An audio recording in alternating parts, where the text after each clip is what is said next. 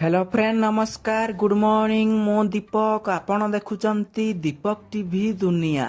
आज हेउची अगस्त मास 1 तारिख शनिवार। चलंतु जानी नबा आज दिनर केतोटी गुरुत्वपूर्ण टॉप न्यूज अपडेट। प्रथम अपडेट काहाकु मिलिबो पीएम आवास योजनार लाभ। प्रधानमंत्री आवास योजना भारत सरकारଙ୍କ एक प्रमुख योजनार अन्यतम, जार लक्ष्य सीधासलख सही परिवार गुड़िकु स्थायी घर जोगाइबा जेउमानकर घर नाही।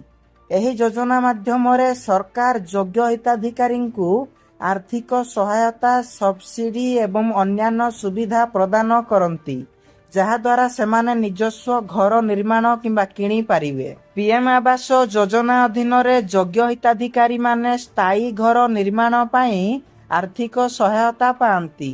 सरकार साधारण अंचलर बासिंदा को प्राय 1,20,000 टंका एवं पहाड़िया कष्टकर किंबा निर्दिष्ट अंचल रहुथिबा लोकंकु प्राय 1,30,000 टंका प्रदान करती। परवर्ती खबर ओडिशा रे खोलिबो 688 ईवी चार्जिंग पॉइंट। ओडिशा रे ईवी चार्जिंग स्टेशन प्रतिष्ठा पाई केंद्ररू मिलिला 40 कोटी रो अनुदान एवं 6टी सहर रे 170टी स्थान रे खोलिबो ईवी चार्जिंग पॉइंट। राज्य परिवहन प्राधिकरण एवं ओडिशा राज्य सड़क परिवहन राज्य रे 500 रु अधिक ईवी चार्जिंग स्टेशन प्रतिष्ठा पाई पदक्षेप निया जायछि एवं सही स्थान गुड़िक हेउछि गुरुत्वपूर्ण सहरांचल, अटल बसस्टाण्ड, ट्रक टर्मिनाल एवं प्रमुख सड़क, पार्किंग स्थान, रेल स्टेशन, हॉस्पिटल, शिक्षानुष्ठान, पुलिस प्रतिष्ठान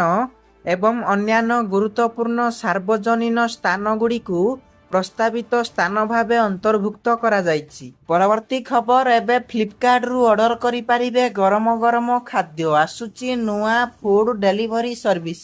आपणक घर पर्यंत स्मार्टफोन, पोशाक एवं ग्रोसरी सामग्री पहुंचाउथिबा ई कॉमर्स एजेंट फ्लिपकार्ट एबे आपणकु गरम गरम खाद्य पहुंचाइबा पई प्रस्तुति आरंभ करि दैछि।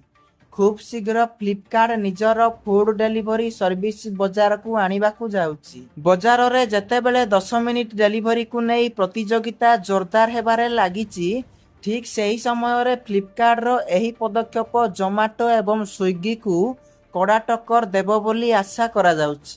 परवर्ती खबर अक्टोबर सुधा त्रुटि शून्य बही त्रुटि को नै बड़ अपडेट। घरोई फार्म को संशोधन दायित्व बारंबार विशेषज्ञों द्वारा हेब समीक्षा। पाठ्यपुस्तक मालमाल त्रुटि सामना को आसिला।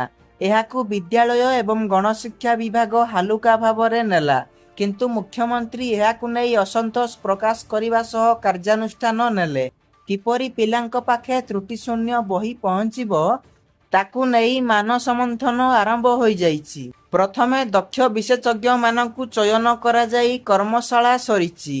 एबे संशोधन पाई प्रक्रिया आरंभ हेबो एवं अक्टोबर मास शेष सुधा त्रुटि शून्य बही पिला मानकु मिलिबो बोली सूचना मिलिछि। परवर्ती खबर आज 8टी जिल्ला रे समस्त स्कूल, कॉलेज एवं अंगनवाड़ी बंद। उत्तर एवं पश्चिम ओडिशा रे 8टी जिल्ला रे शिक्षानुष्ठान बंद।